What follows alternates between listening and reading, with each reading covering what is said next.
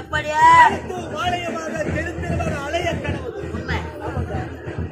நான் பெரியாண்டு ஒரு கோயிலுக்கு கொடுக்குற பட்டினான் ஆடியோட சுற்றி நடக்கிறேன். கோயிலாண்டி போய் எனக்கு உங்களை வெட்டவே கூடாது. சமயம் பார்த்து வேளாண்